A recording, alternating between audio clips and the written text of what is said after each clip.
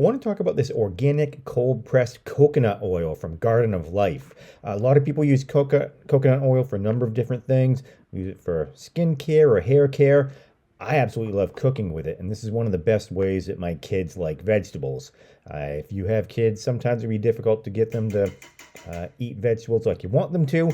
I found that using this oil is the best way. It gives a little bit of very subtle coconut flavor, and it's really easy to use. I just put a little bit in, melt it off, and I'm sauteing a little bit of onion first.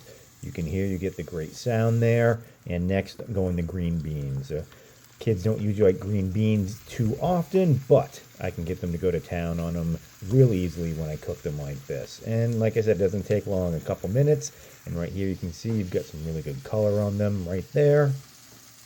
Love the flavor, love the health benefits you get from using a coconut oil as opposed to some seed oils. And you can see the finished product right here. It smells amazing. The taste is fantastic. My kids are going to go to town on these.